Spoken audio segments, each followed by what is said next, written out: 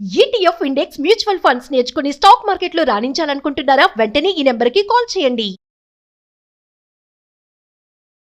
నమస్తే రమగారు. నమస్తే జయ. రమగారు, మంచి స్టోరీ చెప్పుకుందామండి. చందమామ కథ చెప్తాం. ఓకే. ఒక ఊళ్ళో ఓ భార్య భర్త అమ్మ ఉండేవాళ్ళట. ఎవరమ్మా? ఆయనమ్మ.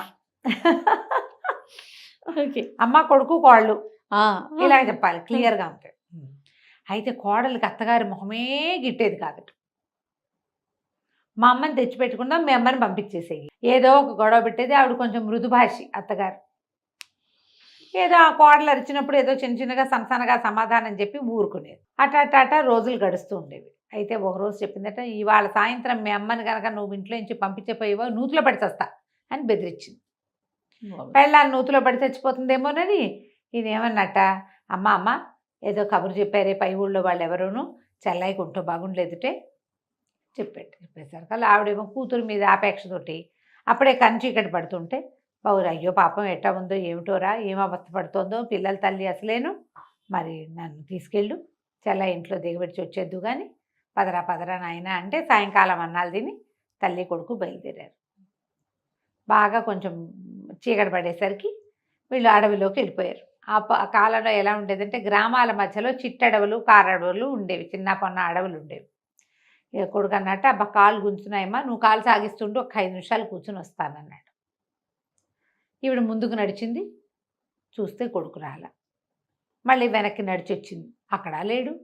ఏ చెట్టు దగ్గర నుంచుని కూర్చుంటానని చెప్పాడు, లేడు. ఆవిడకి ఏం చేయాలో అర్థం కాల. చీకటి, మనిషి తోడు లేకుండా లాంతర్ లేకుండా ఎట్టా వెళ్తుంది. వికమొహం వేసుకుని కూర్చుంది. ఆ లాంతర్ పక్కన పెట్టుకుని ఒక చిన్న లాంతర్, ఒక దీపం ఉంది, కొడుకు చేతిలో ఒక లాంతర్ ఉంది. ఆ లాంతర్ పుచ్చుకుని ఆయన వెళ్ళిపోయాడు వెనక్కి. అడవిలో వదిలిపెట్టి వెళ్ళిపోయాడు అమ్మని. దౌర్భాగ్యుడు. కనీసం పోనీ చెల్లెలింటైనా వదలొచ్చు కదా. వదలొచ్చు కదా. అసలు చెల్లెలి స్టోరీ మార్చేయండి, లైన్ మార్చేసేయండి. ఓకే. అక్కడి నుంచి ఏమైంది, ఈవిడ బిక్కమొహం వేసుకుని కూర్చుని చెట్టు కింద కూర్చుంది. కళ్ళ నీళ్ళు వస్తున్నాయి. ఏం చేయాలి, దుఃఖంగా ఉంది. ఇంతలో ఒక కాలంలో ఒక మనిషి వచ్చాడు అక్కడికి. వచ్చి చిన్న పిల్లాడు, సుమారైన వయసు వాడు. అమ్మ మనిషి అందామా అమ్మాయి అందామా, సరే ఒక అమ్మాయి అనుకుందాం, అబ్బాయి అనొద్దు. అమ్మ నేను వేసవకాలాన్ని నేను మంచిదన్నా కాదా అని అడిగేసరికల్లా, అయ్యో నువ్వు మంచిదానివి కాకపోవటం ఏమిటమ్మా, వేసవకాలం అయితే చక్కగా మామిడి పళ్ళు వస్తాయి, పనస పళ్ళు వస్తాయి, విసుంకర పెట్టి విసురుకోవచ్చు, హాయిగా సాయంకాలాలు ఎంత బాగుంటాయో, పగళ్ళు పెద్దవి, ఎన్ని పనులైనా చేసుకోవచ్చు, వడియాలు ఎట్టుకోవచ్చు, ఆవకాయలు ఎట్టుకోవచ్చు, వేసవకాలం ఎంతో మంచిదమ్మా. మృదుభాష కదా. వేసవకాలం సంతోషించి వెళ్ళిపోయింది. అక్కడి నుంచి కాసేపటికి ఓ వర్షాకాలం అంటూ ఇంకో పెళ్ళి వచ్చింది. అమ్మ నేను వర్షాకాలాన్ని నేను మంచిదాన్నా కాదో చెప్పు నువ్వు అనేసరికల్, అయ్యో కాకేమమ్మా నువ్వు ఎంత మంచిదానివి, నువ్వు వస్తేనే కదా మాకు నీళ్ళు వచ్చేది, నీళ్ళే కదా మా బతుకు ఆధారం కదా. చక్కగా చెట్లన్నీ చిగురిస్తాయి, బోల్డ్ రకాల పళ్ళు కాస్తాయి, ఎన్ని పళ్ళు వస్తాయో, బోల్డ్ రకాల పళ్ళు పువ్వులు వర్షాకాలం. తర్వాత నువ్వు ఉంటేనే పంటలు పండుతాయి, నువ్వు ఉంటేనే ప్రతి గింజాను బంగారు తల్లివమ్మ, నువ్వు ఎంతో మంచిదానివని. వర్షాకాలం వెళ్ళిపోయింది. కాసేపటికి ఇంకో పెళ్ళి వచ్చింది, శీతాకాలం. నేను శీతాకాలాన్ని నేను మంచిదానినా అని అడిగింది. అయ్యో నువ్వు మంచిదానివి కాకపోవటం ఏమిటమ్మా, నువ్వు ఎంతో మంచిదానివి, చక్కగా హాయిగా రాత్రిళ్ళు పెద్దవి, పొద్దున్న సూర్యుడిని చూస్తే సంతోషంగా ఉంటుంది, చక్కగా చెట్లన్నీ చిగురిస్తాయి, మంచి మంచి పండగలు వస్తాయి, ఎంత మంచిదానివో, సీతాఫలాలు జామకాయలు పుట్టెడు వస్తాయి, ఎంత మంచి పళ్ళు వస్తాయో, నువ్వు ఎంత మంచిదానివో అంది. అనగానే మూడో కాలం నవ్వుకుంటూ పోయింది. కాసేపటికి 3 కాలాలు వచ్చి ఎదురుగుండా నుంచున్నాయట. నువ్వెంత మంచిదానివి, ఏ కాలానికి ఆ కాలం మంచిదానని చెప్పావు కదా, సరే నువ్వు నవ్వితే నవరత్నాలు రాలుతాయి, మాట్లాడితే మాణిక్యాలు రాలుతాయి, ఇంటికి వెళ్ళిపో అని చెప్పేసి ముగ్గురు ఏం చేశారట, ఈవినట చేతులు పుచ్చుకు తీసుకెళ్ళి వాకిలి గుమ్మం దగ్గర వదిలిపెట్టారు. ఈవిడేం చేస్తుంది, వాకిట్లో పడుకుంది. కొడుకు మరి అర్ధరాత్రి తలుపులు తీస్తారో తీరు, ఇట్లా అంతర్ పక్కన పెట్టుకుని పడుకుంది. తెల్లవారు లేచేసరికల్లా ఆ కోడలు వాకిట్లో కసు చుమ్ముకోవడానికి వచ్చి ఆవిడ నిర్ఘాంతపోయింది అత్తగారిని చూసి. ఏమిటత్తయ్యా ఎటా వచ్చారు, చీకట్లో ఉంది. ఏదో నడిచొచ్చానమ్మా అని చెప్పింది ఈవిడ సన్నగా. చెప్పగా నోట్లోంచి టకటక రాళ్ళు రాలిపోయినాయి, దగదగా మెరుస్తున్నాయి. ఆవిడ తెల్లబోయింది. ఏమిటో రాలుతున్నాయి, చూస్తే ఏమిటి మాణిక్యాలన్నీ. ఆవిడ మాణిక్యాలు ఈవిడ మృదుభాషి మితభాషి అప్పుడప్పుడు మాట్లాడుతుంది. ముత్యాలు మాణిక్యాలన్నీ అటు ఇటు ఇంకా ఉండాలి అటుపడ్డా ఇటుపడ్డా అని కోడలు గెంతుకుంటూ అవన్నీ ఏరుకుంటుంటే ఆవిడకి నవ్వు వచ్చింది. నవ్వింది. నవ్వంగానే ఏమైంది, నవరత్నాలు రాలి పడిపోయినాయి. అన్నీ చూసి ఆశ్చర్యపోయింది. అత్తగారు అప్పుడప్పుడు మాట్లాడుతుంది, అప్పుడప్పుడు నవ్వుతుంది. ఈ ఆనందం పట్టలేకపోయింది. ఇంకేముంది, నవరత్నాలు అమ్ముకుంటే ఎంత డబ్బు. ఆవిడ అప్పుడప్పుడు మాట్లాడినా సరే కదా, చాలు కదా. 2 రోజులు 3 రోజులు గడిచి ఆవిడ మాట్లాడినప్పుడల్లా కాస్త నేర్చుకుని, నవ్వినప్పుడల్లా కాస్త నేర్చుకుని, ఆవిడ జోక్స్ చెప్పి నవ్వించి మరీ ఏరుకుని సంతోషించింది. ఏమనుకుంది కోడలు, అయ్యో అయ్యో మాణిక్యాలు రాలుతున్నాయి, నవరత్నాలు రాలుతున్నాయి, వీళ్ళమ్మ నోట్లో నుంచి రాలితే మనకేమిటి, మనమ్మ నోట్లో నుంచి రాలితే బాగుంటుంది.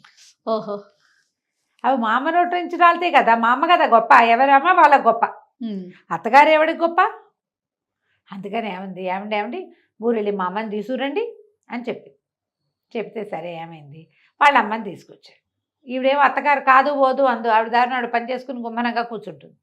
అమ్మ వచ్చాక సరే ఆ రోజు రాత్రి మధ్యాహ్నం అన్నం పెట్టింది, సాయంకాలం పెందరాళ్ళు అన్నం పెట్టి, ఏమండి మా అమ్మని తీసుకెళ్ళి మీ అమ్మని ఎక్కడ దిగబెడిచారో అక్కడ దిగబెడిచి వచ్చేయండి.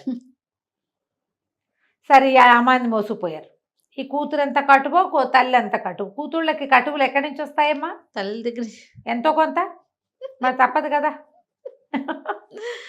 వెళ్ళింది, ఆవిడని తీసుకెళ్ళి అడవిలో కూర్చోబెట్టించాడు. ఇక్కడే కూర్చోండి అని చెప్పి ఆవిడ అక్కడ కూర్చునింది. మెల్లిగా కునికి పాటలు పడ్డం మొదలుపెట్టింది. ఈ లోపల వేసవ కాలం వచ్చింది. ఏమండి ఏమమ్మా నాకేసి చూడు, నేను వేసవ కాలాన్ని నేను మంచిదానేనా అంటే, నువ్వేం మంచి గడదు గుడ్డు, ఓహి ఎండ, ఈ చెవి గాడిపా చెవి కొడుతుంది, దిక్కుమాలని ఎండాకాలం ఎప్పుడు పోతుందిరా దేవుడా అనిపిస్తుంది, ఒళ్ళంతా చెమట, ఒకటే గాడుపులు, పడగొట్టు చచ్చిపోతారు తెలుసా మనుషులని అనగానే వేసవకాలానికి ఒళ్ళు మండిపోయింది. రుసరుసలాడుతూ వెళ్ళిపోయింది. అక్కడి నుంచి వర్షాకాలం వచ్చింది. వర్షాకాలం వచ్చి అమ్మ నేను మంచిదాన్నేనా అంతే, ఏం మంచి, ఊరంతా బురద, ఒకటే తేమ, ఓ బట్టలారో ఓ వడియాలారో, కొంపారదు వాకిలారదు, తెరుపుండదు, వచ్చారంటే చుట్టాలు పోరు వర్షాకాలంలో, దిక్కుమాల వర్షాకాలం, వానలతో ఎవడ పడతాడు అనేసరికి వర్షాకాలం వెళ్ళిపోయింది. అక్కడి నుంచి 3వ శీతాకాలం వచ్చింది.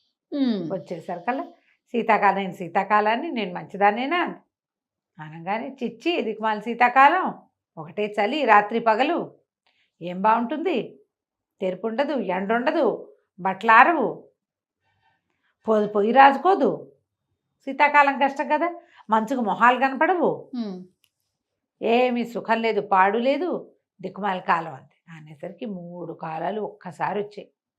నీకు అసలు నోట్లో మంచి మాట ఉందా నీకు అని చెప్పి అక్కడి నుంచి ఆవిడ్ని కాస్త గాడిదని చేసేసి నువ్వు మాట్లాడితే నీ నోటి నుంచి పురుగులు రాలుతాయి పోపో అని తోలి కరెక్ట్గా వాకిట్లోకి తోలిపెట్టాయి. తెల్లవారేసరికల్లా అమ్మలాగానే అత్తగారిలాగానే మాణిక్యాలు ముత్యాలు రాలుస్తుంది వాళ్ళ అమ్మ అనుకుని సిద్ధంగా ఉంది కూతురు. తెల్లారంగానే ఎప్పుడు బయటకు వచ్చేద్దామా అని. తెల్లారే బయటకు వస్తే అమ్మ బదులు వాకిట్లో గాడిద నుంచి, ఎవరు తోలారే నిన్ను అనగానే నేనే అంది కూతురు. తల్లి అంటమే తల్లి వాయిసే, ఇన్ని పురుగులు రాలిపడ్డాయి.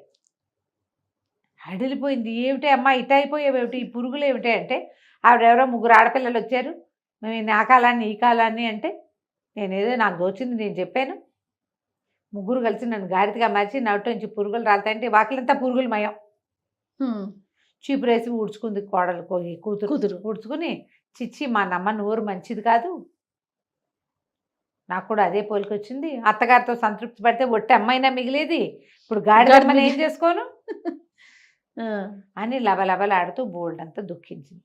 కాలాలని దూషించకూడదు, ఏ కాలానికి ఆ కాలమే. అవన్నీ మనకు ఉపయోగపడేవే.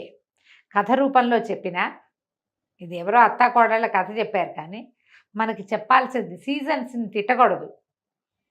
అవి ఉంటేనే మన జనన మరణ చక్రాలు, ఈ జీవన చక్రం నడుస్తూ ఉంటుంది. ఈ కాలంతో ఇబ్బంది, ఆ కాలం అయితే బాగుంటుందంటే, ఏ కాలమైనా ఎప్పుడు ఇబ్బందులు ఎప్పుడు ఉంటాయి, సుఖాలు ఎప్పుడు ఉంటాయి, అవన్నీ మనకు అవసరం కదా. అందుకని కాలాలను తిట్టకూడదని పెద్దవాళ్ళు చెప్పే కథ ఇది. చాలా బాగుంది. నమస్తే.